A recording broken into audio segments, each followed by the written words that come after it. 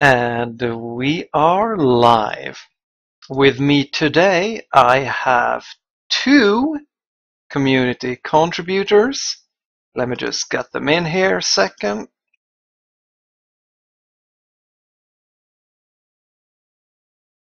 Hold on.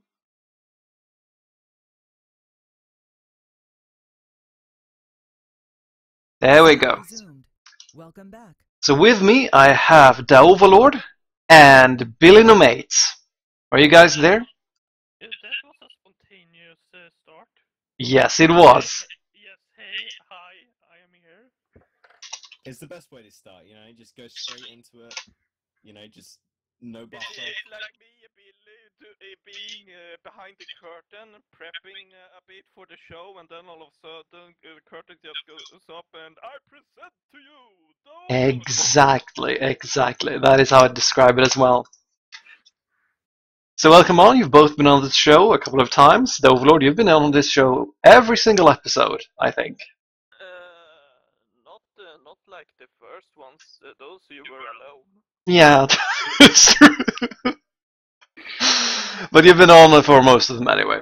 So this is the 13th episode, and that is a bit of a misfortunate number associated with ill omens and bad luck. And that's going to be part of the topics for today's discussion. But first off, we're going to dive into what's been happening the couple of days since the last ScrollsTalks podcast, which was on Tuesday, I think. So 4 days ago. And not much else has happened. There is still not been a weekly design contest. Again, that is on break until next week. The weekly scroll discussions are on a hold because Donkey74 are posting Echo's daily scroll discussions in the scrollsguide.com forums. So you can head over there to give the developers your feedback in a short, informative post. And I haven't posted any Squiddy's Creative Corners because I've been busy, and it's Easter. So there's that. But we have had some new things showing up. There was a weekly Scrolls.com post. They gave these community heads to Blinky, NRP123, me, and the Purple Pansy. So we're soon going to be showing off that new avatar head, and this is for our content creation community contributions. Last week, I believe Franconi and Billy and a couple of other peeps got this head because they took part of the mentor program, or they were moderators, and they contributed to the game. Yeah. I got 2 heads. Did you? I got 2 heads. Oh, damn you. Yeah, I got the one for the, you're talking about the Einstein head, right? Or the Einstein looking head, which seems to be the community contribute one they're giving out. And the other one I got the like an upgraded version of the moderator head. Is it golden? It's the one with like the orange highlights on it. I'm sure I could find it and post it in chat. How about I do that? Yeah, you do that. But yeah, it's the level 2 one. There's a set of 3 when it comes to the moderator heads. That's the level 2 one. Up until now, it's gone unused. Although, to let you in on a little secret, I did actually have that head beforehand. I accidentally got given it way back in the mod, and so it's been sitting in my account for a long time. And I was given the go ahead. They said, okay, we'll let him use it. Alright, well that's fair enough. I mean, being a moderator in the game means that you're putting in work, and it's alright for you to be rewarded for it. But other than that, they also announced, or they showcased, Orange's custom match tool. So for those of you who don't know, they introduced custom matches to the test servers. It's a way to challenge your fellow players with custom rule sets. You can set the timer to 200 seconds or 50 seconds if you'd like to. You can change the health values on the idols on either side of the board. So you can start off with idols at 2 health, and your opponent can start off with idols at 20 health. Maybe you wouldn't go to such extremes, but it could be handy if you're playing against a new player or a friend someone you just want to have some fun with. And there's a lot of other things you can do with this new kind of format. And I will send you a link to the people in the chat. Let's see now. Actually, I can't find a link to it. Where is it? Okay, there it is. I found it. So you need to head over to dev.scrollger.com/custom-match. And it's still in beta. It's on the beta Scrollger website, but eventually he'll probably finalize it and put it on Scrollger proper. And I think it's pretty awesome. It basically takes care of everything that you can actually do with this new format. So have you guys been playing around with the custom games creator? Yeah. I haven't done any customizing myself yet, but I've been testing partner with people who has done their own and tested with them. People go way overboard with They it. do. I mean, they are Yeah, like, what if we have just the board filled with clock libraries, and we have like you use a imperial every turn, and so Yeah. they do stuff like that. I'm like, dude, I cannot find my cards.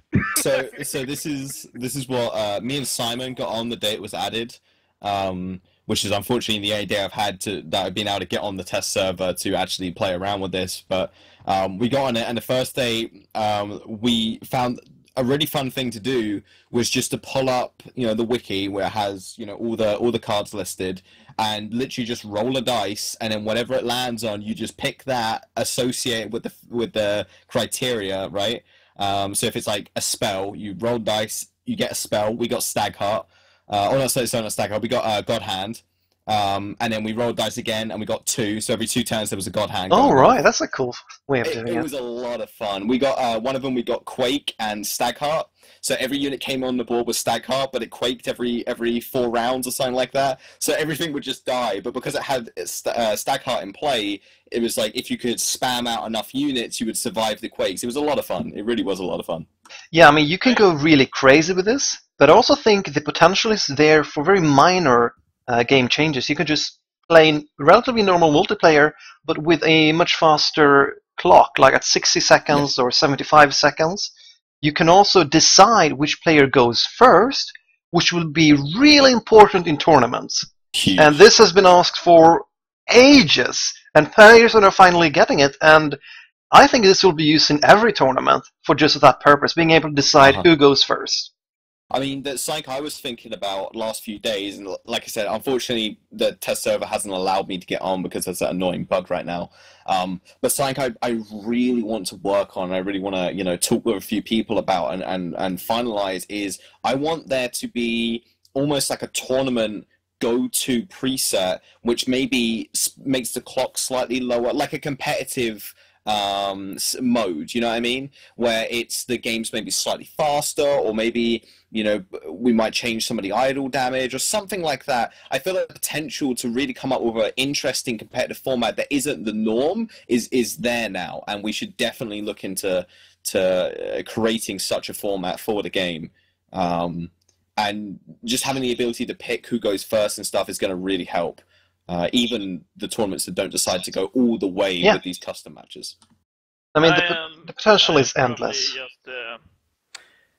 I think there's no harm having it in. It's good. It's in. Many people is going to enjoy having it. The only real downside one can give, and it's a really minor one compared to all the benefits in it, is this whole split community thing. But that's a minor. I personally will probably be a boring person and only really use this when it comes to when I want to test stuff. But I really appreciate that. Like, if I want to test how pillage, not pillage, what is it called? Supercharge. Like how supercharge Yeah. maybe work on certain units. I can just set it up instead of just drawing my whole deck as I always have to do. Mhm. That's I mean, probably how it makes bug testing a lot more efficient because you can essentially start off your game with every card in your deck in your hand and a 500-second timer. Yep. And then you can just set up Perfect whatever conditions. situation you're looking for. Yeah, perfect conditions. And see, that's the main thing that people are looking at right now, because it is in a testing phase, right? So the obvious jump is, well, we can use this for testing. But the possibilities with this, in my opinion, are almost limitless as far as new ideas we can come up with. The obvious one would be for competitive formats, but something else that not many people are talking about, but I really hope some people get dedicated to actually coming up with these, is almost like puzzles, where it's like you have to try and, if you don't win in one turn, then you're going to lose the game, right? Yeah, And it's I like actually you tried a play couple of against those. Yeah, you play against like a friend or something, and it's like you got this puzzle box that you have to try and work out, and that could be really interesting. The other thing that's going to be really cool is you could set up, if we have maybe like a finals of like an ESL or some tournament, and it's like this really interesting finals and really, really cool, and there's this interesting setup that happens on the board. We can recreate that in this custom mode and kind of relive those moments, but perhaps from a different outlook or a different strategy, and see what would have happened, and that could be really, really cool. Yeah, I mean, there is a lot of potential, especially when they introduce playing with these custom rule sets against the AI, because then you can essentially create trials. And that is essentially what a trial is currently. It is a custom format that you play against a computer. You start off with X enchantments that come into play on your units, X units on your side of the board, and same thing with your opponent AI. And that is exactly what this enables. And they are talking about implementing this versus the AI eventually. And I see what you're saying there, the Overlord, about this potentially splitting the community.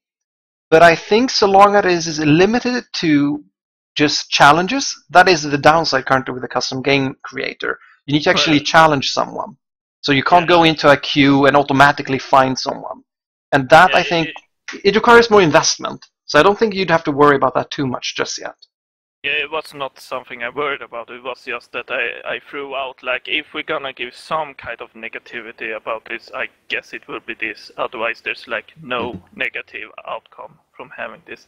Like, by the way, maybe I might be sounding a bit bored or something. It's just that I've been playing League of Legends like 12 hours in a row, and then we spontaneously had this. You always do, yeah. So I'm a bit fatigued, is what I am. I'm fatigued at the moment. I'm not bored or anything. All right, that's understandable. Coming back very quickly, because I do want to talk about this, because it is a talking point right now in the community from what I've seen. I've been a bit out of the loop, but people have talked about how this could split the community. I'm with you guys, and I think both of you agree. I don't think it's going to be that big of an issue, because the way I see it, it's going to be the same as it is right now. Someone was saying General 1, hey, does anyone want to play a bunny match? Anyone want to play a Highlander match? Anyone want to play special conditions? I think it will be about the same. I think that it would just be an easier way to set that kind of stuff up, and I think that's a plus. I mean, you could have all these sort of fun event scenarios where you play bunnies or Highlander. You can now enhance all those things. You could play a bunny match, a bunny tournament, where you start off with a bus bunny on the board, which comes into play with, I don't know, something. There's a lot of potential there. So I'm looking forward to seeing this come over to live. It looks like it's going to be part of the feature that they add to the game with echoes. They always add something to the game with each set, I've noticed. And this looks to be the thing they're adding to the game with echoes. Maybe they're adding something else. Maybe they add something in between the echo set or some upcoming set. I don't know. But if this is all they're coming with for echoes, I think I'd be pretty happy. We're going to dive into this a little bit later after we've discussed a couple of other things that have been happening now this week. So one of those is that ESL Season 2 is starting on April the 12th. So, the Overlord, you've been going over the ESL changes. Could you just sum up quickly what's going to be happening with the ESL in the future? Well, it's pretty much the same thing as we had some Scrolls talk ago when I was suggesting these changes. Now I'm just announcing it, more or less, or reminding that I don't have it open right now. Give me a moment for that. To take it short, it's gonna remain on Sundays. I will leave Saturdays open for the more time-consuming tournaments. But if we're not gonna get any more time-consuming or any more tournaments, I will probably put it on Saturday for season 3. And the reward has been for cups. It's been increased with the gold. I'm not gonna go through the whole pot thing, but essentially the amount of gold the winners get has been doubled from before. And now there's a tier 3 card for the winners always, but it's also tier 2 for second place and tier 1 for third place. For playoff, we have a bunch of gold. It's 100. No, not 100. I cannot count. You Sorry. put in 500 for each participant. No, it's 1,000. Yeah, but for playoff, Oh, okay. I was on for playoffs. It's a set sum, and for the winner get it's 12,500, and second place 7,500, and third place 5,000.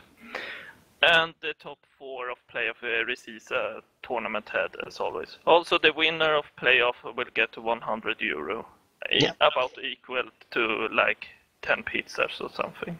Which is massive. You gotta be more hype than that, though, Overlord. You gotta be like, oh, one more thing, €100, boom, and then you just gotta let the mic drop, you know? Because this is hype. Like, I'm really hyped for this. I'm definitely hype about that. I want some pizza. That much pizza for any one man is dangerous, and I'm excited. You know, we could lose a Scrolls player, but I think it's worth the risk. You know. I would probably say there's a bit more hype, but as I said, I'm kind of fatigued. It's okay. We're hyped in your place. And if you didn't know, be ready, because the winner will get €100 as well. Which is 10 pizzas. 10 pizzas. Anyway. And the cup format will be a bit changed with. We're gonna have, as the playoffs has been that we have a loser bracket. Like you have to lose 2 times to be out of the tournament, instead of 1 time. That is because I have a lot of bad luck. That's the only reason I lose.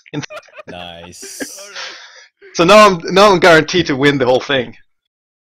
It's in the bag. It's in the bag. Squeety confirmed always having bad luck at round 1. He's already chosen. He's picking his toppings for those pizzas. Like that's where he's at. That's the stage he's at.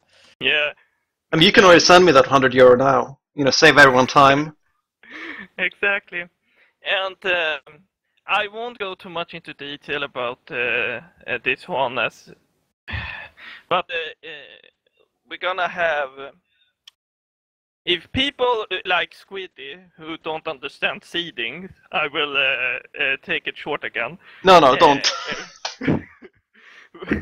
When you play, you get points. And you have a rank with points. It's like any other kind of ladder. When you gain points and you get to a spot. And what we will have here before playoff, we will have that even if you didn't qualify for playoff, you will have a fighting chance in a last tournament to get into playoff. But you will have to climb quite a mountain for it. But more on that later when we close into it. Yeah. And otherwise, on the tournament scene, we have a couple of minor tournaments that have been going on the last couple of weeks and are continuing.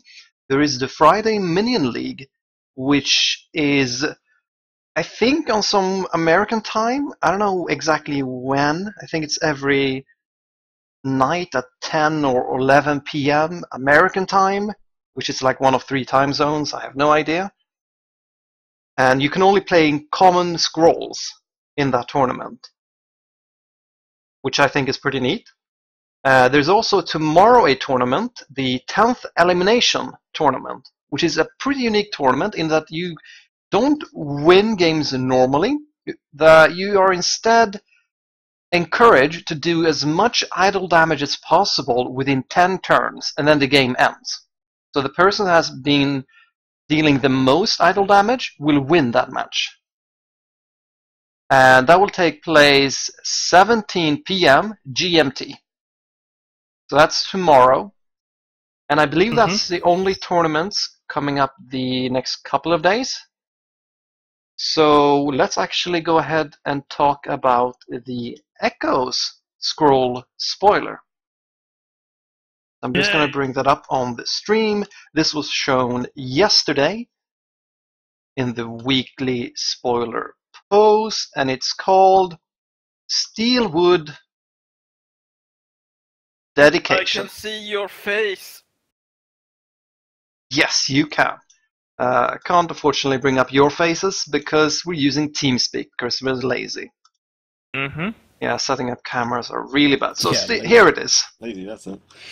Steelwood Dedication. It's essentially, it's kind of weird. It's 2 growth, lingering, linger 5, so it lasts a pretty long time for its cost. And if a creature you control is dealt damage in combat, it is then healed by 3. And that occurs after the damage has been dealt, and only if the creature is alive, obviously.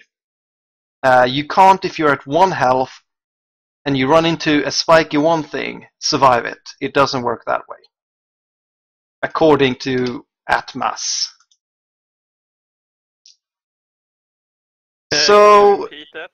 How did it not work? So the way it doesn't work is that the health is not applied simultaneously to the damage. First, the creature takes damage, and it's only if it's alive that it is then healed up by 3. Is that consistent with the other? Yes, there is an example of that. Life Stealer. If the Life Stealer is killed, he's not healed up. Yeah, he doesn't heal.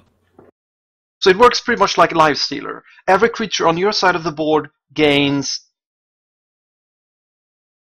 kind of like a Life Stealer, life leeching effect, but only when they're dealt damage. So essentially, this is only important when it comes to Spiky, I've realized, because you only ever dealt damage in combat in Spiky or when you're being attacked by something. I guess that's the other common scenario.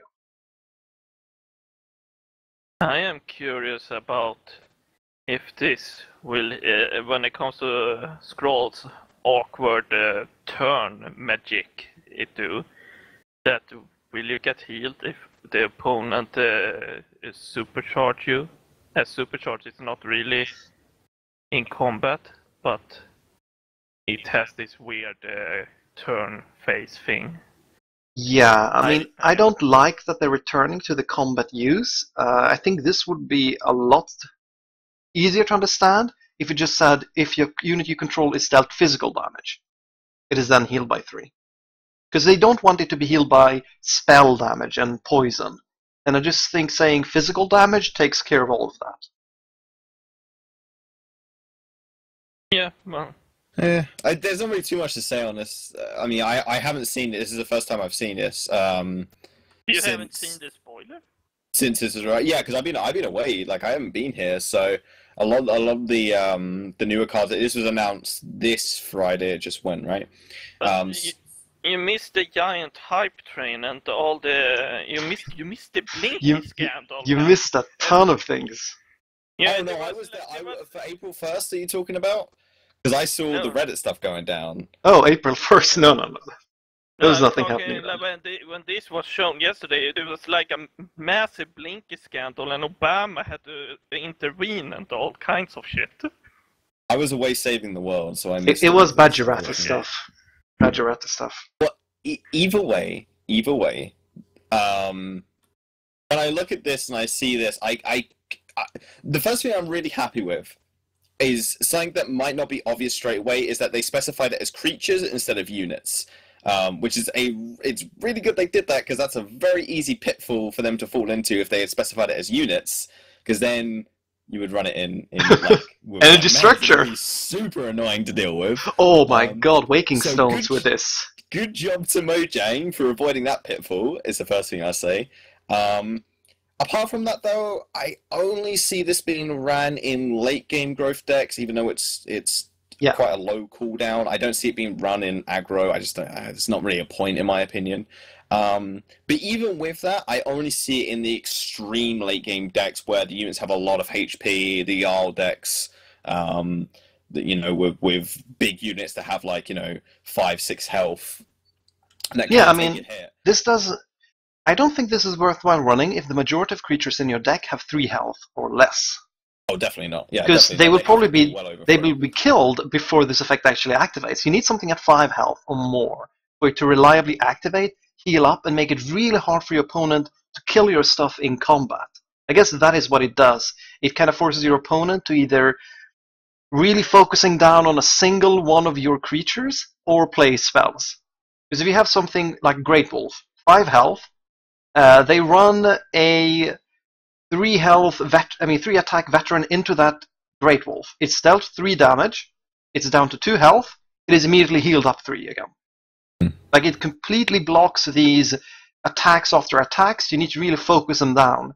And I guess that could be really annoying for your opponent, especially when you only need to play this out for 2 growth and it lasts for 5 of your turns. So yeah. This could also be something that's interesting is that this could also be very good because it can you can get away from situation like if this is in play, your opponent has to kill the unit in 1 hit.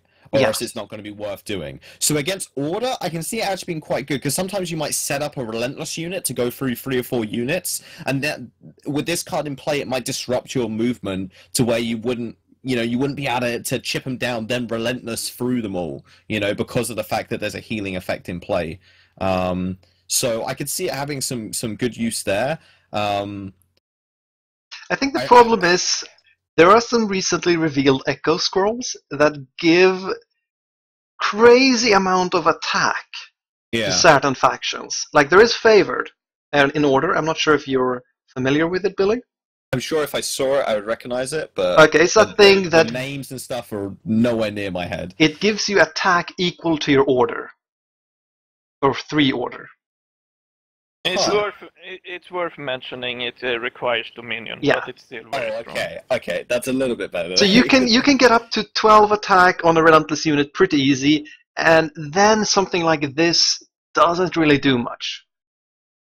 But here's the thing: you can actually combo this really well into an energy deck, because they have in the big bad energy deck type a lot of big beefy fat units that you then put Potion of Resistance on. And Potion of Resistance combos really well with this Lingering spell, because that means whenever you are attacked by something, you're only ever dealt 1 damage, and then you immediately healed up that amount of damage, because Potion Resistance reduces any attack to just dealing 1 damage. So I think this is actually more interesting when you splash it into the other factions. You can, for example, splash it into Order, which have armor units, and that means that on top of having to break through their armor, you need to then kill the armored unit in 1 go. Otherwise, it will be healed up again by the Steelwood Dedication. So that is kind of my take on it. So here's an interesting idea. I like the idea of cross-faction play. Particularly in energy, would this change the way that you would play? Because perhaps you would put your units in bad positions because you want them to take a hit, because you know they're not going to die and they're going to end up healing more afterwards, right? So yes, that is a possibility. This might change the way that you play units. Units you might have played in the back, you might play in the front, put them in a bad position, only to play this because you know they're not going to die and they're going to be healed up for more than they take the damage, So this is interesting. I'm not sure about its viability, but I definitely think it's interesting and it has a place in the game. It could be really annoying down the line, but I mean, there's a lot of stuff that could be annoying down the line, Yeah. So I don't think there's any balancing that necessarily needs to be done to this. Although bear in mind, I haven't seen this scroll in play, so perhaps there is like a broken combo that you could do with this deck. But I mean, it looks fine to me just looking at the scroll. So yeah. I know healing also removes poison, so that is also always a plus. Yeah, that's a nice interaction too. What I will say about it is that I think it seems.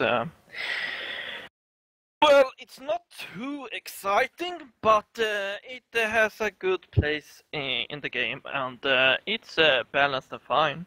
As you mentioned, all how you give the units more tenacity, that they can take more damage. That, as you said, you have to take down the units in one go, otherwise it's not efficient. It's just that that's not really hard to do, which is kind of the weakness with the card. Like, yeah, if you don't take down the unit in one go, it's not going to be efficient, but you that is not a difficult thing to achieve. So I think the card is balanced and good, but will it be used? Not to a very high extent, I believe. I believe we may see it sometimes, but I mean... What about, something that's come to my mind, what about god decks that take advantage of this, right? Because god decks normally, if it gets to the point where you have a god creature, normally one of the only ways to deal with it is to kill it with combat damage, right? Kill it in the attack phase. I mean, sure, it's useful in god decks, but There's a problem with the god decks for now. Yeah, because... but this is not what will make god decks even more godly. Sure. And I think, and with these non-target mass enchant removal cards they're putting in, that is pretty much the answer we got for god decks, it seems so. And this won't save them from that. It probably won't, Okay. because something that a lot of experienced players do, and has been doing ever since the start of the game, is to take out a unit immediately. And that has always been why healing is so bad, because normally you don't actually get value out of healing something because you don't normally have anything damaged on the board. It's either killed or it's alive. And I think that will be the only thing preventing this from being widely played. So mainly you need something with a ton of HP that you can't normally remove. I mean, something like an Iron Ogre isn't actually normally removed in one attack. Those are the sort of big, beefy creatures that do stick around the board even when they are damaged. And that's the thing that would work with Steelwood Dedication. So I think with that, we can move on to the main topic. I just want to give a short answer to Kratstash in case he... depending on what he means with that. As he says, this counters poisons, by the way. If you... assuming that this will be triggered from poison, so is that incorrect, as poison is not the combat damage. It is outside, like it's just like magic is outside of combat. So it do not counters that way, but yes, it heals. Yeah. They should call it physical. Combat's kind of a... Well, should they? I don't know. Combat's kind of a weird term to use. Anyway, it is weird. There's another never mind that. Together. Never mind that. Anyway, so let me just fix up the overlay a second. Where is it? There we go. So basically, the main topic of this little Scrolls Talks is going to be the future of the game. So what the community managers and Mojang have been doing with the Echoes set release is a vast improvement of what they've been doing with Waypoints and Rebellion. So they've been giving us spoilers on a weekly basis relating to Echoes. They've kind of kept us up to date onto the progress of the set. Admins have been saying it's now at 24% completion, it's now at 64% completion, and so on. They've been dropping hints on why they are designing scrolls in certain ways, and just generally trying to keep us in the loop when it comes to the status of the game. So I really like that, actually. I think that, in addition to all the lore contests, which engages the community, has made the wait for Echoes a lot less painful than the wait for Waypoints and the wait for Rebellion. So what are your guys' thoughts on this and how they're approaching the Echoes set release? Yeah, so when you're comparing it to the other releases, um, I think it's a big improvement, right? The Friday release of a new scroll is a very nice addition, and it's really cool to look forward to Friday to go, oh, what's the new scroll going to be? What faction's it going to be? How's it going to change the game? So on that front, it's good. It's a great step in the right direction, and that is what I would expect, and what I love about this set so far is that they are giving us a steady flow of scrolls and not just throwing them all out. Right, in the past we would just get given chunks of like what was it? It was like 15 It was like more. 20 scrolls sometimes, just plonked on the Yeah, test server, and then a month went by and nothing happened. yeah, and that to me is a little. That's not the way that I would go about it, and I'm glad that they've also decided that that's not the way they want to do it. Instead, this drip feed to us is nice. It's an improvement. Of course, like everyone, you always want more. You always want to see more than just the one scroll. You always want to see it done slightly differently. What if they could stream it where they would reveal like 4 or 5 new scrolls in like a new deck, or something like that? It's like, well, that's really nice, but that's also very difficult to accomplish on a regular basis, right? So it's the trade-off. Do you get this slower but more well paced out deliver of content, or do you get it in big chunks, which can be more grand and more hype, but can leave you with big dry spells in between where you don't get anything to really whet your appetite or talk about. And then you get into the whole Reddit cycle where everyone's just talking about the same scrolls over and over and over again, and nothing, there's no new conversation. No one's had a chance to play them or test them out. And then when they do get on the test server, they sit on the test server for ages, and we're just waiting for the next batch. Like, at least the way they're doing it now, there's always something new to talk about. Every Friday, there's a new scroll to talk about. People are chatting about it, discussing how to make it good. I mean, we're doing that right now. Yeah, it's making my job a lot easier because I have Yeah, something to bring to exactly, ScrollsTalks. and it helps because people are talking about the game. It's keeping people infused in the game, and I think it will help player attention. I mean, if only I got to be careful what I say here, right? Because I don't want to come off as rude. No, Um, go full out. no, I'm not. I'm not allowed to. Go full out. No, We're the no, rebellious show here. You can tell I would not anything. be I would not be a negative Nancy, but but it is a shame that we are losing players because of other things. Abandoned ship. And that there is an exodus of players. If we like to admit it or not, there is an exodus of players. Both hardcore and non-hardcore players are leaving the game, and it's for things that aren't. It's either things that are out of our control, or things that are just not in the realm of possibility right now.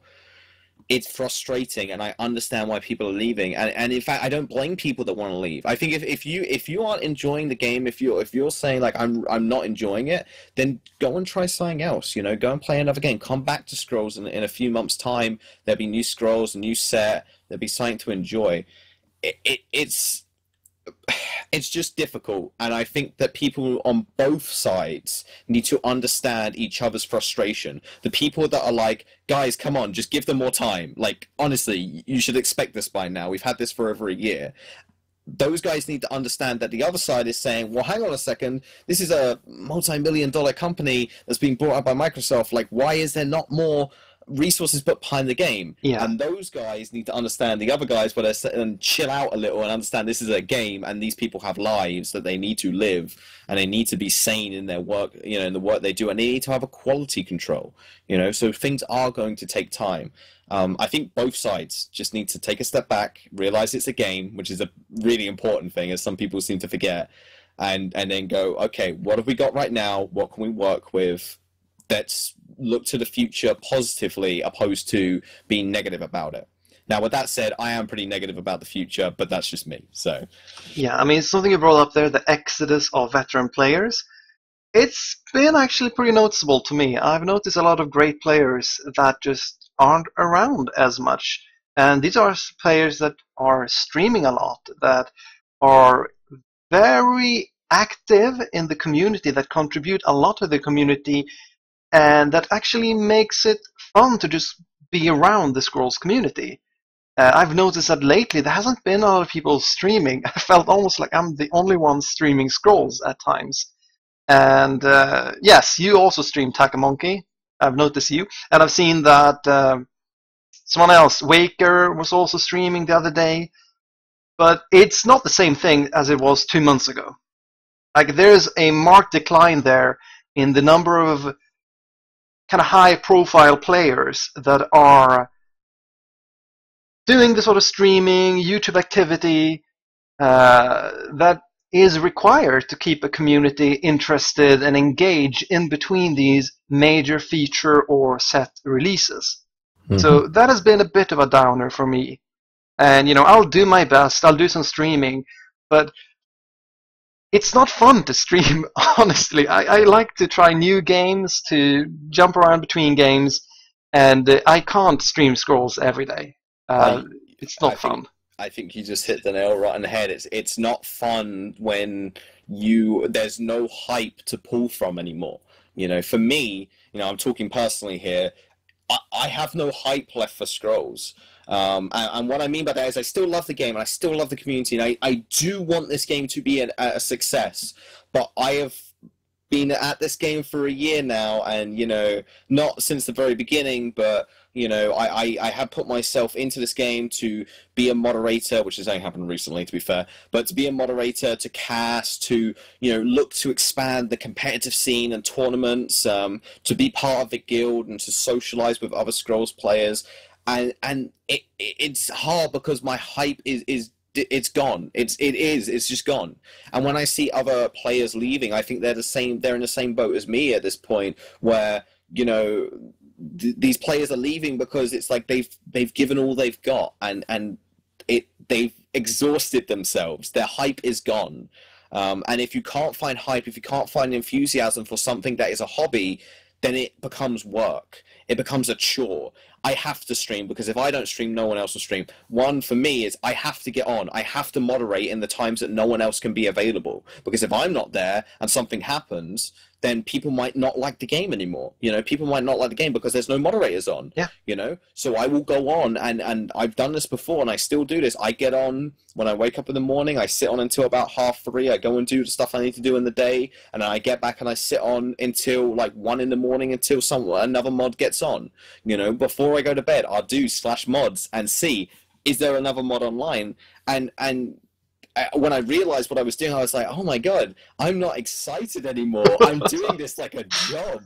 I'm checking to make sure someone's going to cover my shift if I'm not here. And I feel like a lot of people have this, to a lesser extent than me perhaps, but I feel like a lot of people have this where they feel obligated at this point. They feel like it's their job almost, that they have to be here and they have to dedicate themselves to this game.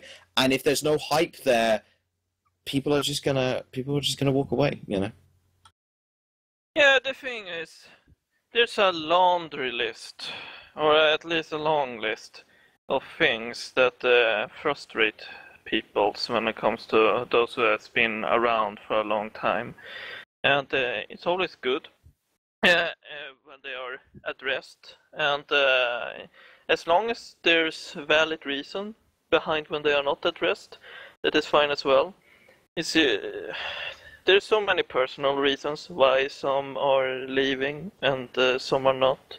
As you said, for you it's about the whole, it feels more like a work thing where you're not really logging in to just have fun and play. And I feel for others feel, I think many feel like they see where this game are going, like when everyone started, like jumped on to this for the first time. Of course, no one could see where it was necessarily going or not going, because we have just started, and we were like, all right, let's give Mojang time. Yeah, it's beta. It's only beta. And see where it goes. Now it goes about 2 years. We who have been around for around 2 years are pretty familiar how this is working now, where this goes and why they do stuff they do.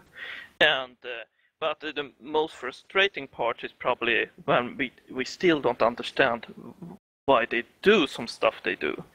We are like, why are you doing this? Or why are you not doing this?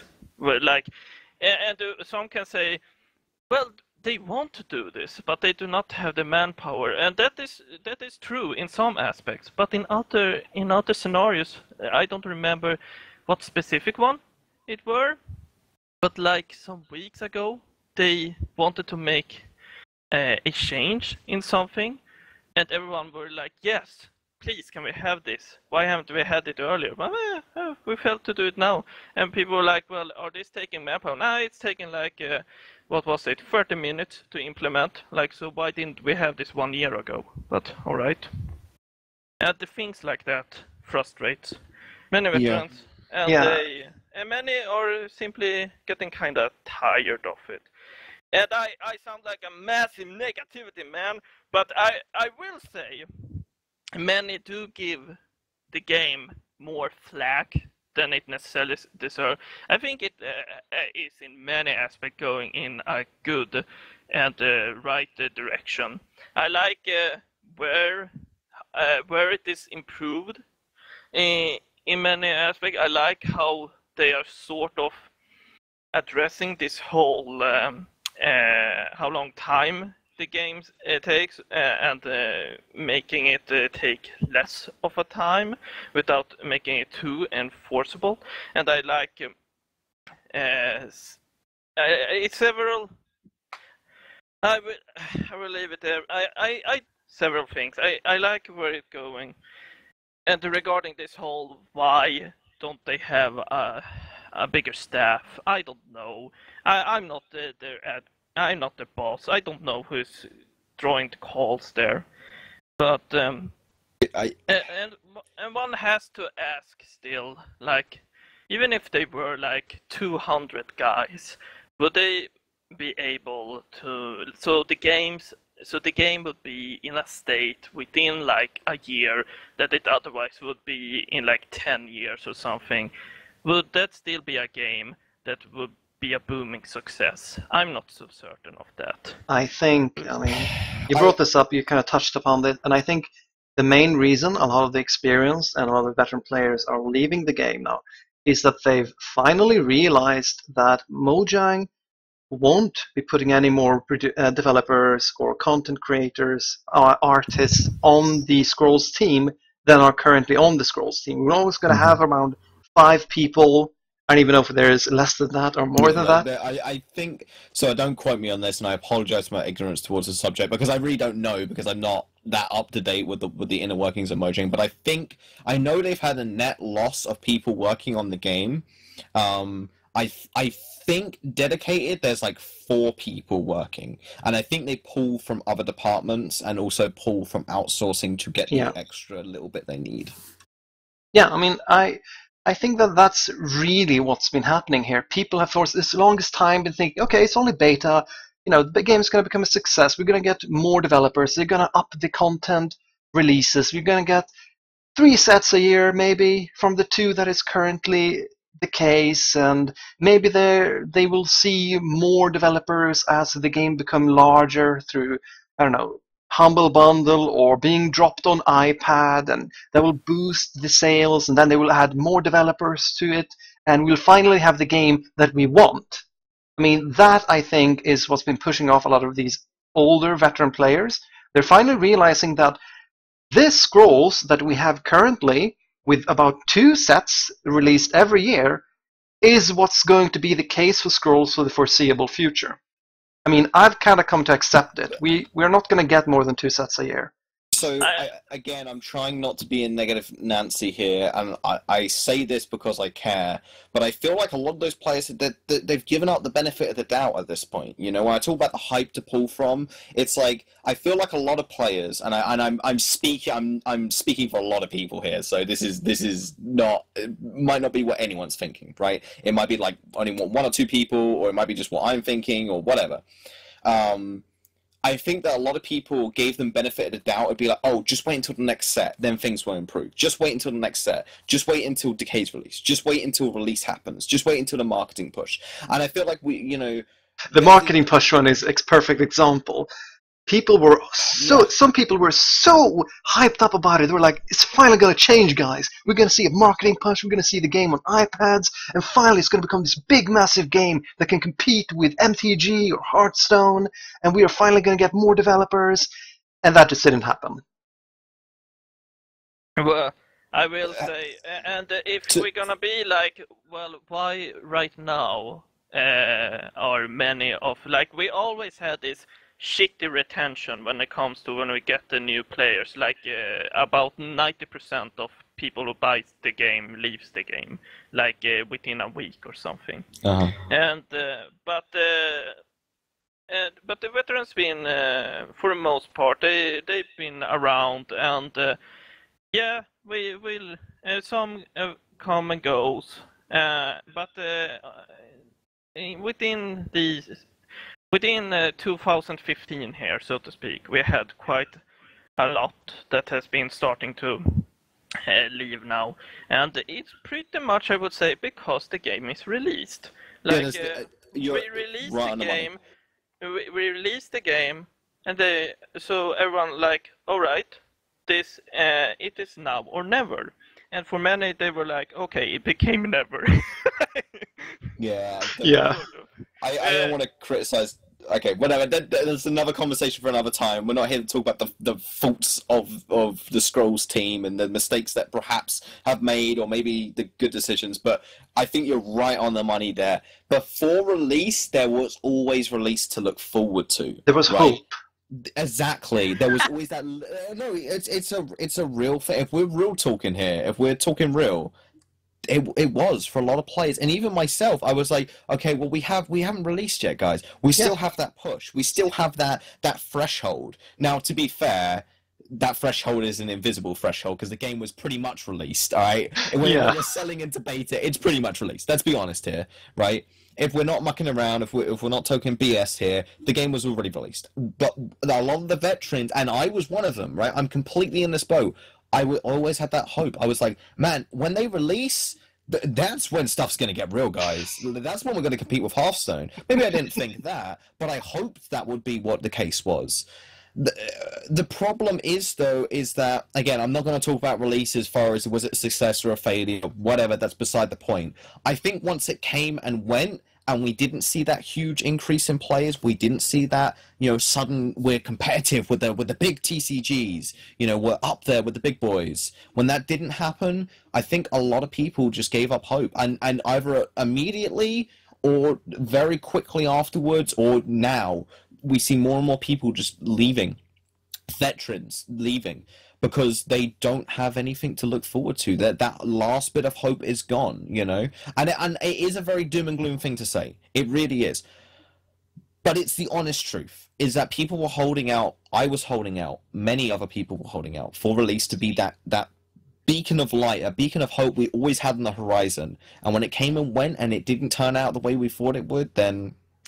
I mean, that's yeah. I mean, there was this really evil April 1st fool on Scrolls Reddit where someone said Scrolls is hiring 6 additional developers, and there were some veterans in there who were like, "You totally got me, man! I was so hyped there." And yeah, I mean, it hurts because that is what they wanted, and they realized they're not going to get that. We are not going to get 6 additional developers for Scrolls. Yeah. This is what we have. And I'm just gonna put it out there, just so call and yes, this is related.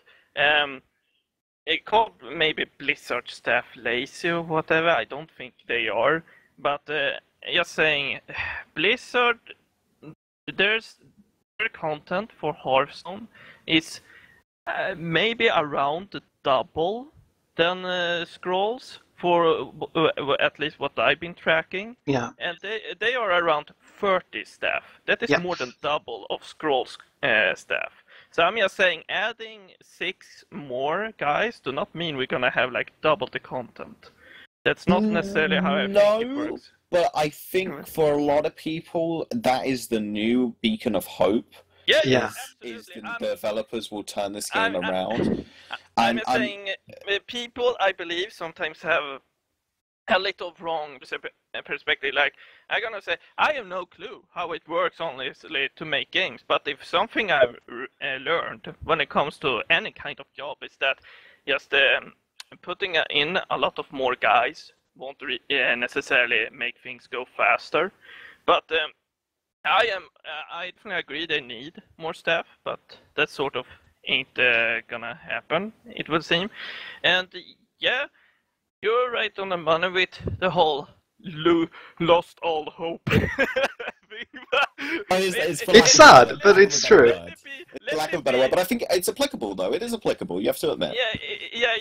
I understand that. I were many, and dude. I saw this doomsday of people disappointment coming when they were talking about release, because people were talking like, oh, I cannot wait when we are going to get like 5k people online at the same time or something like. I'm like, dude, that is not even gonna happen in best scenario. Like for me, as I said, and I was fairly close. I was fairly close on it. In like when it comes to best case scenario, I was like best case, and of course best case scenario is maybe 500,000, but the best case scenario is we may have 1k people online at the same time and kind of stabilize there. That is best case. I didn't Guys, just to put things in perspective, said that. I thought it would be more than 1k on. I thought we could achieve 2k. I was pretty dead set. I was like, I believe we can hit 2k on at any given time. I think it's a realistic thing to go for. Now, here's the thing. I was one of those people that was what I was hyped for. I was hyped for release. Again, I don't want to talk about how release went down or was it the right time or whatever, but regardless of whenever it would have been, release was what I was hyped for, and a lot of people were. And then when it came and went, it's like, well, damn, it didn't. And I would say, at least for myself, my own prediction about this whole thing were scarily close to how it actually went. I'm like, holy shit, I'm good at this, and I don't like that. We reached about when it came to the peak around 980. I saw at some point online at the same time. Oh, we've had more than that, I think. No, we had more than that. The first few. Well, actually, the Humble Bundle was. Yeah, the Humble Bundle was the high point. Yeah, I think Humble was the lost hope. Look, Humble Bundle is sort of part of the release. It was their advertisement that they did. Apparently, it's been Facebook advertising, which slightly concerns me because Facebook advertising. Okay. This has nothing to do with what we're talking about, but Facebook advertising, did you know it's really susceptible to click farms and clickbaiting? Did you know that? It's ridiculously susceptible to that, so I hope that that's not the only thing they're doing, and if they are, Okay, let's leave all that behind us. The current state of the game is as follows. There are 200 people online at any given time. Online last 24 hours were 2,700. And I think that's kind of comparable to the low points we had in 2014, and I think we might go even lower than that. I think there was some point where we had 100 players in the game, or like 50 players. We had under 100. We had under 100. Yeah, we're gonna reach that point, but it was under 100. We are gonna get those echoes soon. I think probably, if not within April. I am predicting the 28th of April.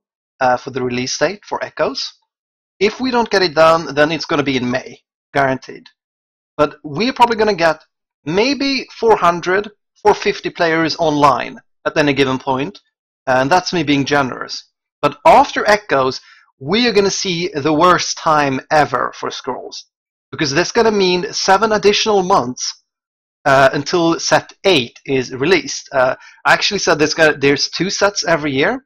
But Cradstash just brought up in the chat, no, the average waiting time between each set is actually 7 months. We barely get 2 sets a year.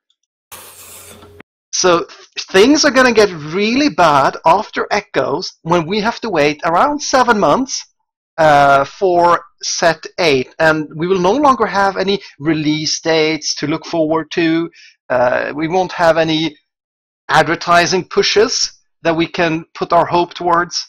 So there will basically just be 7 months from, let's say 1st of May. 7 months from May. Okay. Meaning that 1, 2, 3, 4, 5, 6, 7. I want to say something after you're done. Yeah. If we're lucky, we are going to get one more set 2015. Okay. I'm going to get in trouble for saying this with Gareth, but I'm going to say it. Go ahead. So, Simon is a good friend of mine, Rats and Bunnies. We hang out a lot, we talk a lot. And I have said for a while now my prediction for the future. Now, that's your prediction, and I think that's actually more plausible than my prediction. But my prediction for the future of Scrolls, as far as set releases and stuff goes, I think... I'm going to get in trouble for saying this, but I think that the next set will be the last set. I think that we'll have this next set. I think they will come out, we'll get a resurgence, small resurgence, big resurgence, doesn't matter, because it will go back down to what it was before, and then it will go below that, I believe. Because, like I said, the hype is gone. You know, I think there's less enthusiasm for people to be involved in the competitive scene of Scrolls, which is a big part of the game. We're losing players at the entry level constantly. There's a lot of issues, right? Regardless. I think that the next set will be the final set. And I think that the game will continue. The game servers will still be up. The game will still be going. But I don't know if we get... I think if you think what we're getting right now is that if you count that as the regular updates, I think that the dev team will take a step back. Now, I don't know if this is true, but this is just my prediction I had since just after release when when the hope was gone, that I thought we would get this next set, and then I think that the dev team is going to say, hey, we're going to keep the servers up, but updates are going to be less frequent. We're going to be working on other projects. Now, that's a harsh thing to say, and I hope, trust me, people, anyone that's sitting there and going, Billy is an asshole, this is just how I am. I'm a real negative Nancy on occasion, and when it comes to Scrolls, I really hope it isn't that, because I do care about the game. I like the game, I like the community, but if I'm being honest with you guys, that's what I thought after release, and that's still what I think now. I think that we're going to see the updates slow down after the next set, and I think it's just going to keep going. The game's going to keep going. You know, it's not going to disappear. It's not going to die. But I think that that's probably going to be it, because I mean, like Simon said, what is there to be? You know, what is there to be hopeful for? What is there to be optimistic about? When we've already discussed and we kind of all know it deep down that more developers are probably not going to come. Yeah, I mean, I'm what I'm going to we... get in trouble for saying that, by the way. I'm going to get. I'm just saying, if that happens... Release, but that is my honest opinion, and I If that can't happens, not say this. I think your prediction is actually plausible, and if that happens, my only hope, and this is my very last hope, would be for the game to go open source, so that at least the community could create content. And I think if the community could create content for the game, it would actually see more players, because we would have even more content than we have now, even if though most of it would be shitty. It would build hype back up. People would get hype about it because it would be like, oh man, I could do this. I've always wanted to try this. Let me see what I can do. I know a bit about Unity, and then people will get involved. I think it will build the hype up a bit. I don't know if that will be the saving grace. I think maybe, I don't know. It's too hard to tell. There's so few of us, and there's even few of us that have any experience in game development. We just have to rely on Orange to create. Yeah, And CrowdStash would just fill the game with turtles and turtle stuff. We'll have to rely on the few that they're doing. But with that pessimism that I have, and that's just me, guys. Like, you have to understand, this is my mindset. I always look for the negative side of things, so that I'm always excited and happy and hype about the cool things that happen. But I will say this: it can turn around even slightly. Any decision that is made right now, any change that is made, is a step in the right direction. I'm talking specifically to the developers here when I say this. I hope that they listen to this, or at least get the VOD, or something. I'm talking to you guys here. Guys, I really do care. I've spoken with a lot of you guys. Like, Mans, I played Dota with you. You're a really cool guy. And I'm not trying to be an asshole when I say this, but you know what you can do, and your back's up against the wall. You need to make some tough decisions. I'm talking the truth here, guys. You need to make some tough decisions. You can totally do this. Don't lose hope, because even if, you know, there are people like me who are assholes in a sense, that are negative Nancy's, you guys can't lose hope. You have to keep working on the game, because there are people, and even me, that is negative. I still care about the game deeply. I still want to support the game. Like, you guys can do it. Any step is the right step right now. Make big decisions. Do stuff crazy. Hire interns. there are plenty of people, I guarantee you, that will want to work as interns. If you are struggling with upper management, okay, which I think is the case, I don't want you to say, because you're not going to say it's your jobs, I understand. But if there are a problem with upper management, then speak to them about hiring interns. I'm sure there are lots of people that would like to work for Mojang as interns. Please listen to the community. I know you listen to the community already, but please listen to the community and don't lose hope. We are only as negative as we are because we care about the game. Keep working at it. I'm serious here. Real talk over. Okay, hopefully that doesn't get me... Hopefully the slap on the wrist is a little bit more gentle now I've said that. But honestly, keep working on the game, guys, because we care about it. We really do.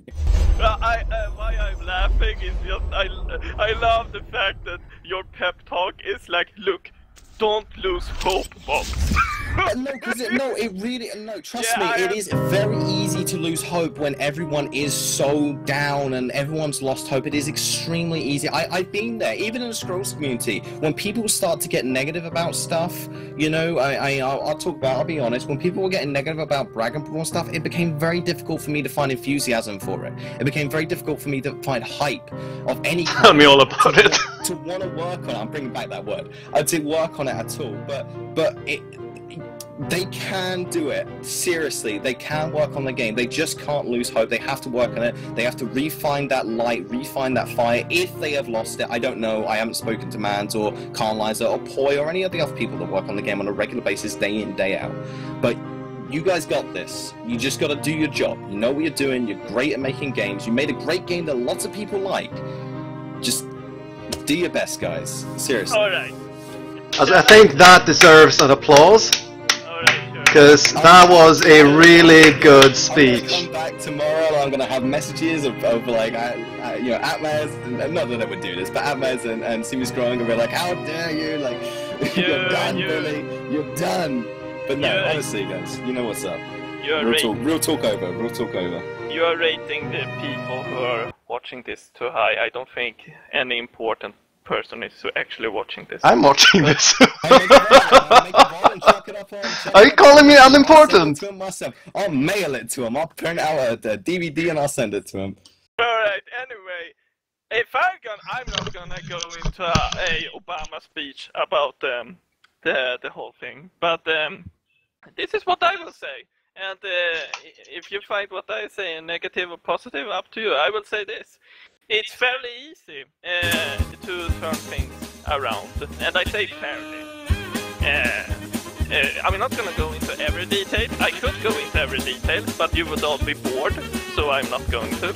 But there is a core issue that has been here like since day one, and everyone's been talking about this issue since day one about it. And yes, slowly we've been improving it, but we still have a really bad retention. And this bad retention can be worked on.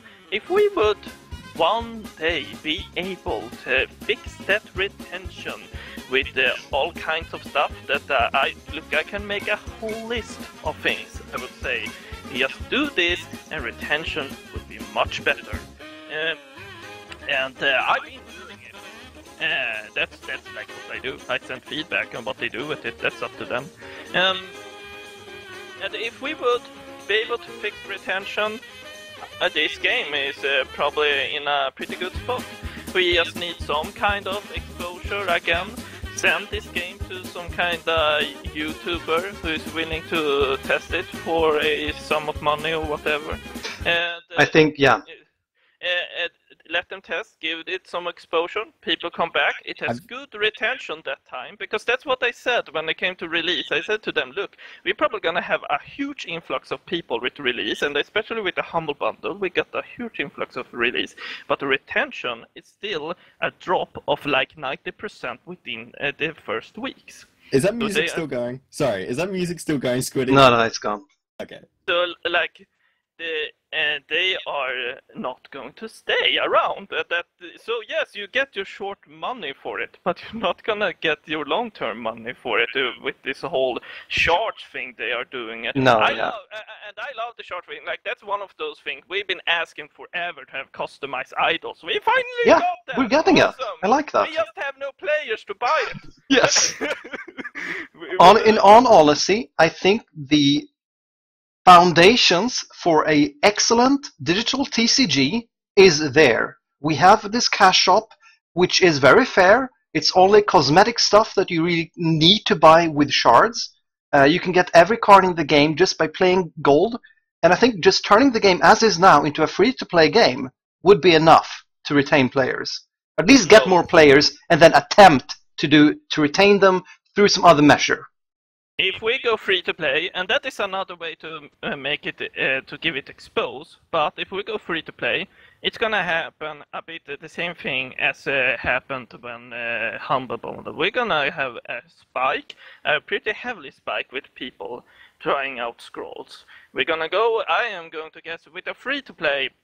We're probably going to reach maybe 700 online at the same time, and then within the weeks we're gonna go down pretty rapidly as we've done now.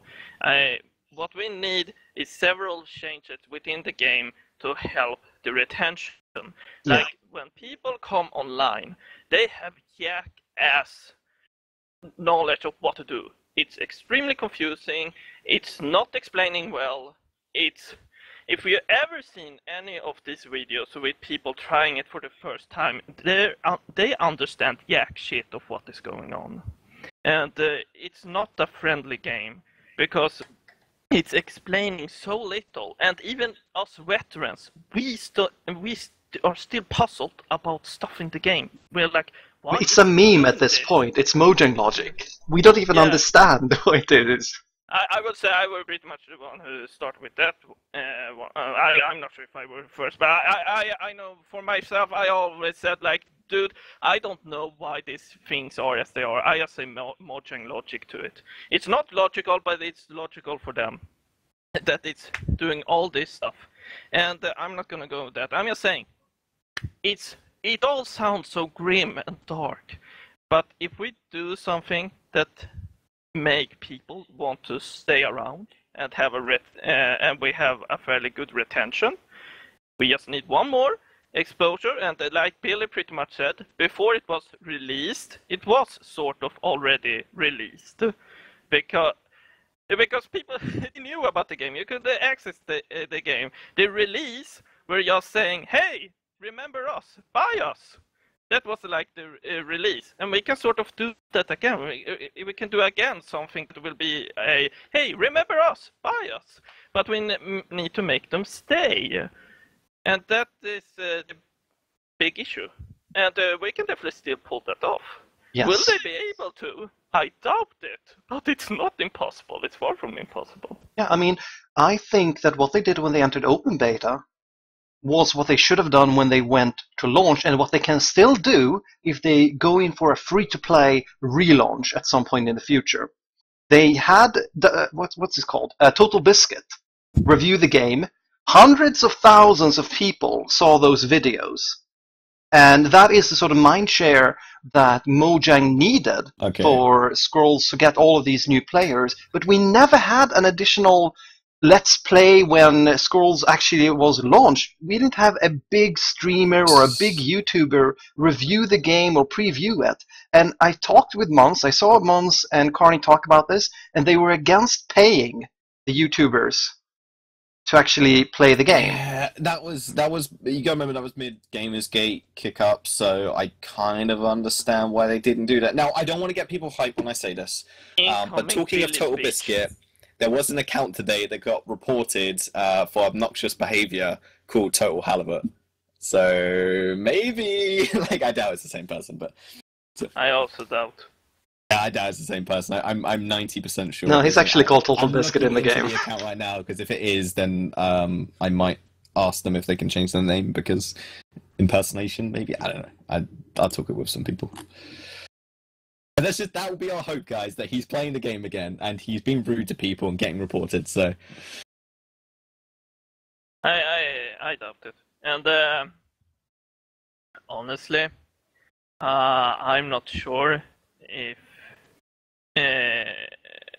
I'm not sure where I'm going with this. But regarding the topic, like, he gets so many requests to play Scrolls again, and he's been replying the same thing over and over, and I'm pretty sure that still stands, that he do not have time. well, he do have time, but he says he don't have time to invest into scrolls. He needs to buy cards like he do in Hearthstone to get somewhere, and he can't do that in scrolls, so he can't really invest time. And that's why I think going free to play and actually introducing packs that you can buy with the shards. Yes, it's going to be like Hearthstone. People are going to complain, but so long as you keep the same gold rate, you're mostly going to keep the same experience, but these people with more money than time on their hands are going to be able to take part. And that includes these big name streamers and YouTubers. So yeah, and I don't think I'm not saying we need Total Biscuit and whatnot, and I don't think he has time for scrolls, but we need someone. I mean, I know that the Prismata developers, they paid Trump to play Prismata live on Twitch. Something like that would be nice. The problem that comes into my head immediately with like paying like Trump or getting Total Biscuit or doing a Polaris deal was something that a few people have brought up in the past, is that, yeah, that gets us new players, although I would argue that we've probably exhausted 90% of the people that are going to try Scrolls at this point. The problem is not getting the players, as we've had many boosts in numbers. It's retaining the players, and that is the main issue when it comes to the game right now, as far as new players come and go. You know. Yeah, and I think something that could help with retaining it is what you touched upon, the Overlord. The UI is pretty shitty. I think actually they need to bring in an outside. They need to bring in outside people. They need to bring in someone who knows UI, who can improve the UI and new player experience from the ground up. I mean, Mons and Carnalizer, they're great developers. They're great artists. I'm sure they can create a ton of great scrolls. They can create the actual cards, the meat of the game, but I don't think they're that good at the whole designing a flashy UI and designing and kind of... Here's what it is. Basically, do what Hearthstone does. Have daily quests that pops up in your face. Have very clear and simple means of progression where you start off with arena, you play against the AI. I don't know. I mean, they need to hire people to do that. Here's what it is that it is when you work on anything, for a long period of time, it can become very difficult to see the things that you think are obvious are actually very much obscure, right? And UI is one of the biggest issues because for you, it's I mean, of course it makes sense. You were the one that designed it, right? Like you came up with the clicks to the clicks that make this thing happen, right? You know the bells and whistles. You know the UI. You know the shortcut to bring up. If you worked on it, you know the shortcut to bring up the match ID, which I can't. It's like Control Shift A, something like that, or A. I don't know. See, I don't know that. There you go. But like one of those things, when you work on something for so long, it can become very obvious to you, but not obvious perhaps to anyone else. One of the easiest ways to that I found to get someone to tell you if it isn't obvious is to get someone that's never played the game before and get someone younger. And the reason you get someone younger is because they're normally somewhat more honest when it comes to the game. I think Extra Credit touched on this, and I've found it in real life experience too. If you get them to sit down and to try something that they've never tried before, just watch them and see where they hiccup, where they make mistakes. Do they not know how to end their turn? Okay, well, note that down. And then when you try that with lots of different people, you might find that, oh, lots of people don't know how to end their turn. Maybe we should look to make the end turn button a bit bigger and a bit more highlighted. You know, like small things like that can be obvious to you need rigorous testing from people that aren't familiar with the game. It's all well and good for us and anyone here in chat and anyone on Reddit to go, oh, this is really not obvious for new players, and this isn't that, and this isn't that. But if we're not a new player, we're not in that light, we're not in that environment, it is actually not that helpful for us sometimes to go, oh, this needs changing because this is not clear for new players. It's like, well, it actually might be fine. It might be fine the way it is. Maybe this, something we consider very obvious, actually isn't obvious. Like sacking into wild, for instance. That's something that for us is like, well, obvious. Yeah, like, but I've seen a lot of new players make the mistake of not understanding. New players don't know it. Yeah, new players don't understand it. Of course they don't understand. It's not explained anywhere. I see this. Okay, well that's okay. I see this everywhere. For day in day out when I'm on, I get a lot of messages from people saying, "Hey, my deck is illegal. What do I need to do?" And it's like, what? For me, it's like, That's the most obvious thing in the world. You need 50 scrolls. I think it even tells you that. But because No, I get it so many doesn't. messages about that, clearly it isn't obvious. Clearly there are people that have difficulty understanding these very basic concepts to us. But basic concepts to us are 1 year, or for most people, actually 2 years in the making, as far as ingrained into them, you know? Yeah, that is what I said with how bad it is, and yeah, of course, I probably miss a shit ton of stuff that that I think people might catch on to, that they actually don't really understand. One of those, but you have to sort of draw a line sometimes, somewhere like. Sometimes people don't understand they can move their units, but that I feel is kind of, they just need to play the game a bit and they will realize this. But and there is a tutorial for that. But so much in the game, like the wild, like the deck building. Oh my god, the deck building. There's no explanation tutorial for this. How many times have like the fact it's still a thing that people come to Reddit is like, oh, the stats of my units disappear. Yes, I don't understand. Like, Mhm. please, how difficult is it to? Oh my god, and how many people? I think people in average, it takes people a long time before they realize they can actually drag and click in the deck builder. They don't have to take Yes. scrolls individually. Uh-huh. And it took me, I'm not kidding, I'm playing this game for like 2 years plus, and it took me 1 year to realize, dude, there's like a filter in the deck builder. I got one even not well, maybe not even well. Actually, yeah, it is worse. When Humble Bundle came out, I took a note of every question I was asked. This is right. This was just as I got moderated, right? So I was on a lot more than usual, and I was trying to be very proactive and helping people. Something I took a note of everything I was asked, but something that kept popping up for me, and it really surprised me, was not the illegal deck thing, but it is to do with deck making. It's knowing what is your deck, the top part or the bottom part. Now, you Wait, might be what? like, that's the stupidest thing in the world. No, How do I people don't understand what you're talking about there. Do you know how there's the top part with when your deck, which is all your cards, it's your card pool? Oh, you mean in the builder? Yeah. All In right, the yeah. builder, yes, in the builder. Excuse me. The top part is your pool, and the bottom part is your deck. People didn't know which was which. People didn't know that the top half was your pool of cards and the bottom was your deck. Yeah, and And like that's so obvious to me. Like, but some people don't. Some people that don't understand that. A lot of people are coming from Minecraft because they know it's a Mojang game. Never played a TCG before. This is their first TCG. God help them. They've jumped headfirst, like into a very complex TCG before they even get into any of the UI stuff. So it's like we have to put ourselves in a very different mindset when we talk about UI, and that can be very, very difficult because even though people are face palming in chat and saying like, how could people not realize that? It's like some people have never played TCG before. I was lucky. I played Pokemon TCG, Magic the Gathering, you know, like I'm very familiar with TCGs. This is like my 4th or 5th TCG I've played competitively or been interested in competitively. Played, maybe not the right word. So for me, it's very obvious, but for some people, not. I mean, something I've noticed. Go on, Lovely. Yeah, I will just say to those, because I totally understand people like, how can that not be obvious?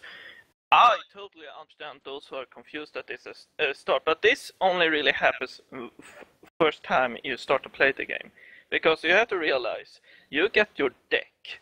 It shows your deck up there. It doesn't... I have to think, it was so long since I started. But I don't necessarily think it shows immediately your deck down there. It shows it up there. You have to load your deck, I believe, for it to get down there. True. And Yes, you have to so click load. as soon as you go into deck builder, your cards are there, but your deck is not down there. So what you see is your deck you purchased or got up there. So you immediately believe that the up there is your deck, when it's actually what you have at your disposal to create a deck.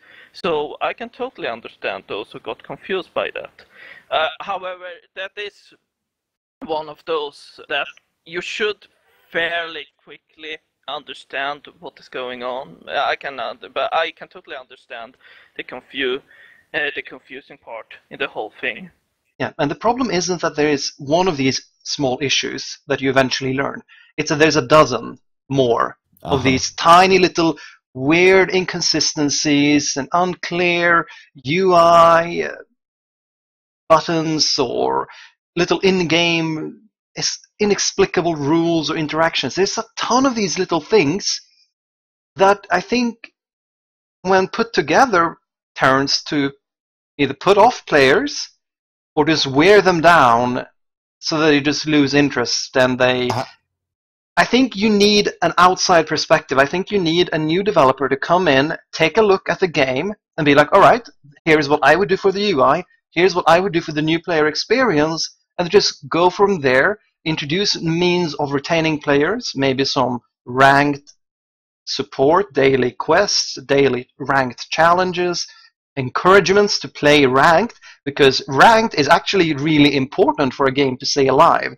You need to encourage the little competitive aspect of a TCG. It's super important in a TCG for the competitive aspect to be really polished and for people to come back into it. In Hearthstone, you have the season, you have, what's it called? The little card backs that you get from just participating every season. And that's something everyone can get.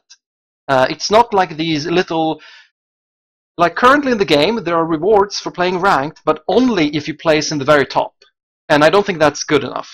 I think there needs to be something for everyone who's playing ranked to give them a reason to play ranked. And there's just all these tiny things, and some of them are obvious, some of them are not obvious.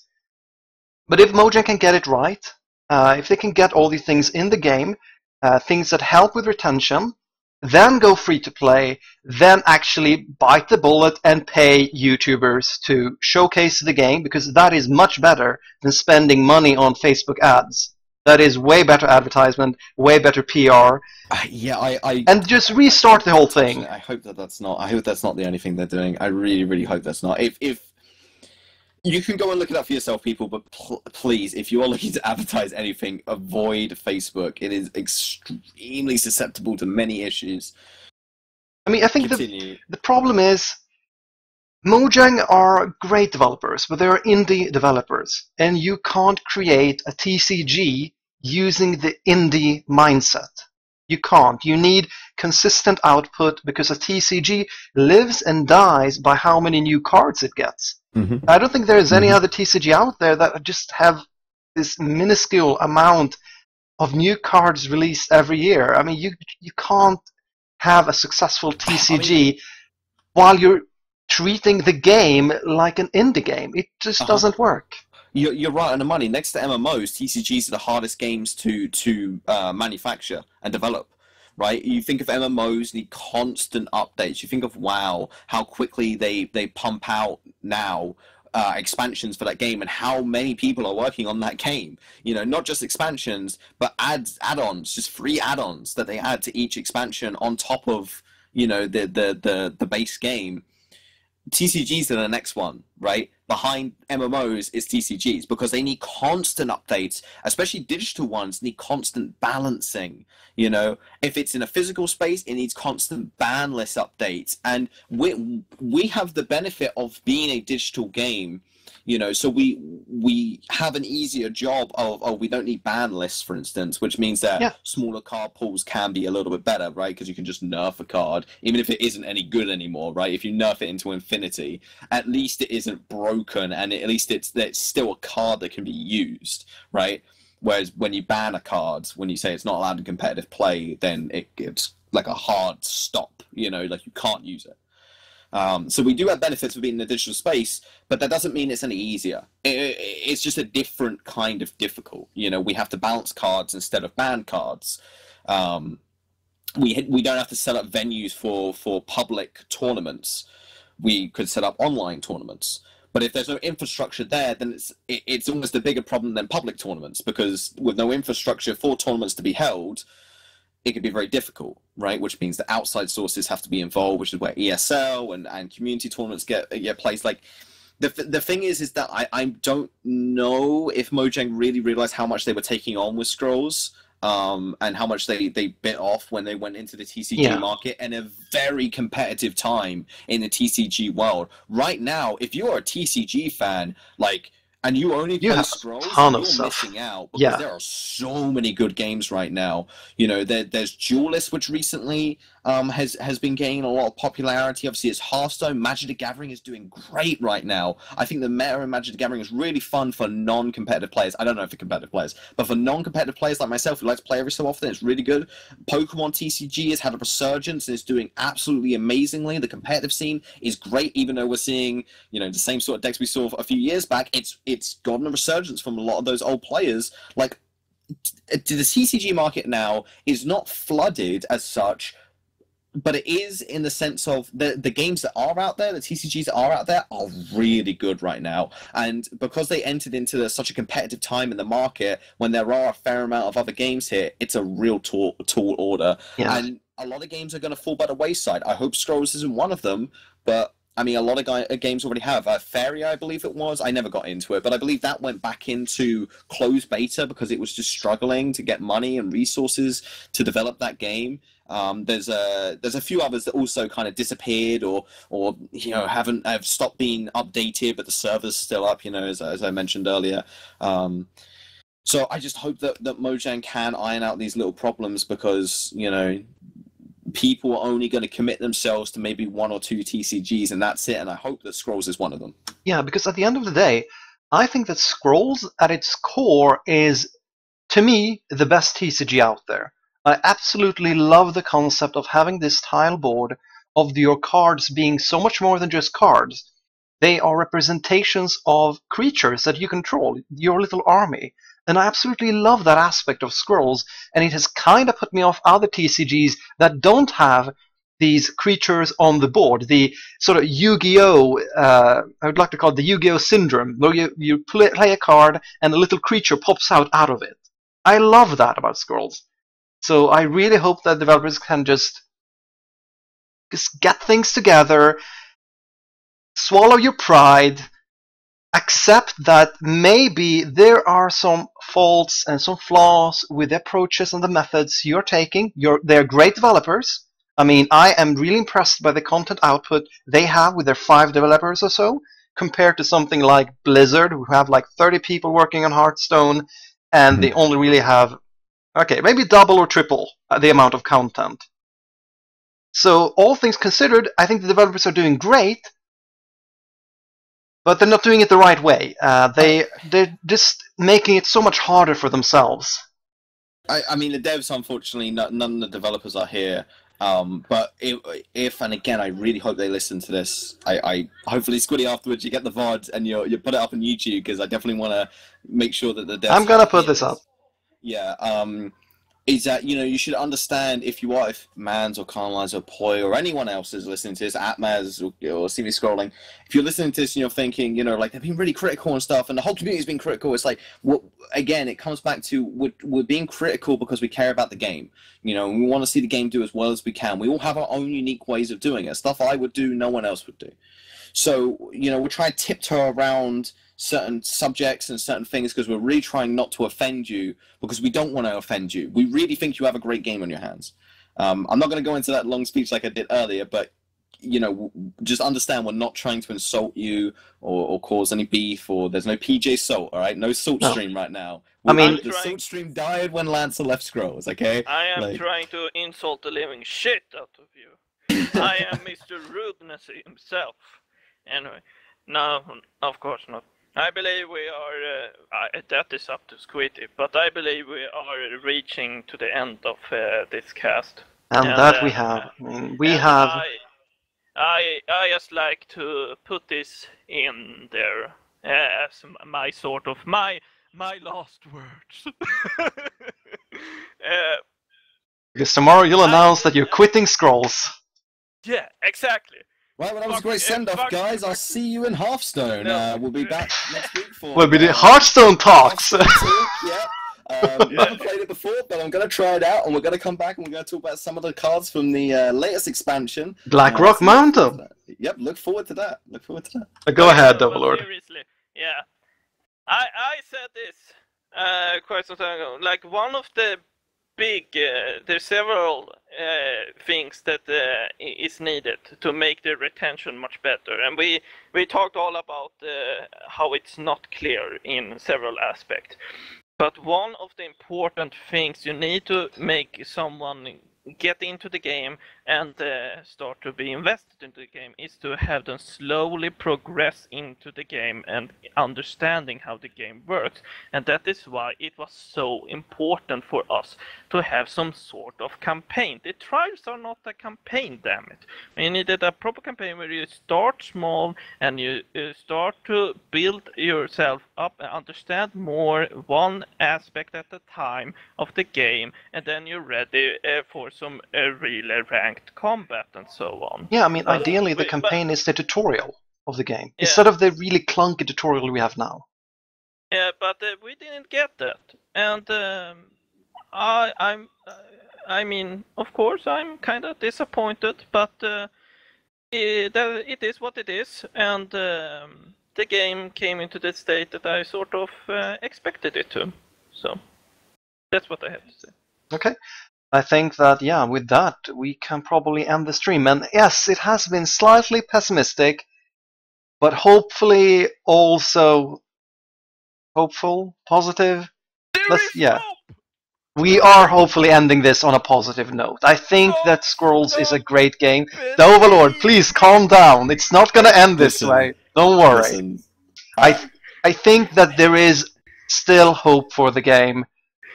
You don't need to give up just yet. I think we are improving. I mean, what Atmos is doing, what the community managers are doing right now, what they're doing with the Echo set release are good things. I'm really happy with what they're doing. Like, we got this, guys. We just got to keep going. Just keep going, keep improving the way you're doing things.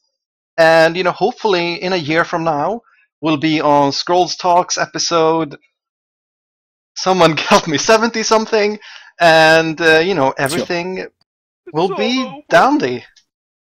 But yeah, let's end the stream there. Let's end the podcast there. Do you guys have any final words? Or ScrollsTalks, not this forever? Okay, in general, guys, like, I rant a little bit, I rave a little bit, I speak my mind on almost a daily occurrence. Sometimes I can say stuff that's outlandish, or that's wrong, or crazy, but, you know, like, for real, when I speak from the heart, guys, I want you to know it's truthful. I do care about this game, all of us do. Buff Mez, I think we all know that's what's needed. And they actually are doing that, if you haven't paid attention. Mez is a step in the right direction. I'm sticking with this game. Mez to the end, boys. Do or die. God bless. Okay, I'm done. Okay. Alright. Overlord? In short, yeah, my last word. In short, as a sort of other positive, it was funny because I'm watching some internet profiles or YouTube profiles playing another game called Europe Universalis, and they have this guy called Arumba, and Arumba, it's so fun to see him because he is us when it comes to Europe as we are in Scrolls. He is constantly frustrated over how the developers there are not doing fixes they should have done long ago and stuff.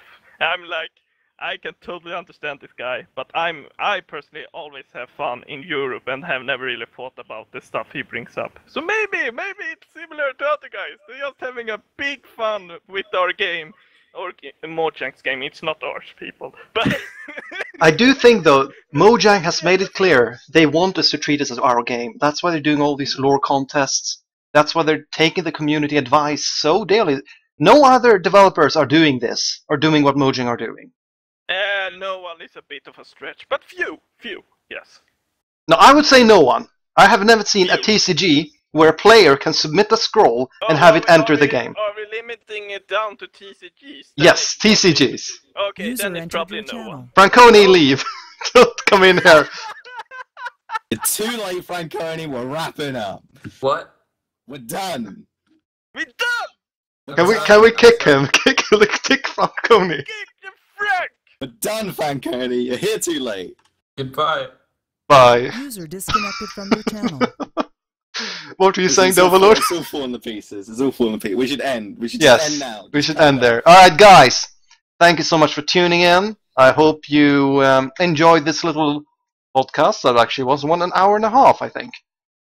We are going to be back next week. I know I've been having these a rather erratic Scrolls Talk schedule, and I can't really justify it, but I can come up with excuses.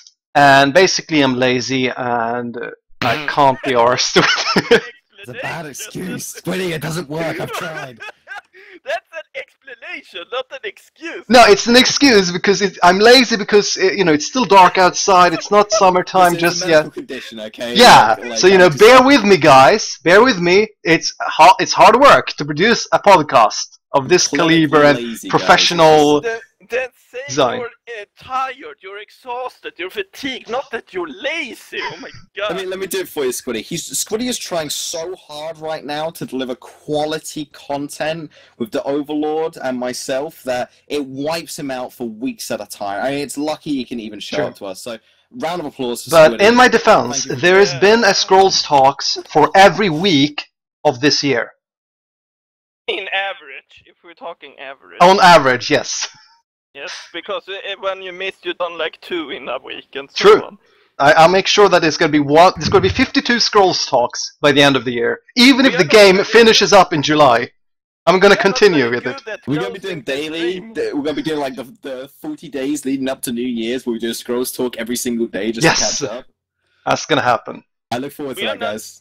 I must say, we are not very good at ending this when we say we need to end it. Yes. All right, guys, shut up. Thank you. So thank you guys for coming onto the show. Thank you guys for tuning in. Make sure to follow. Make sure to check out my YouTube channel. I put out podcasts. I don't know what the word for it is. Recordings of everything I stream, more or less. And see you next week. Bye bye.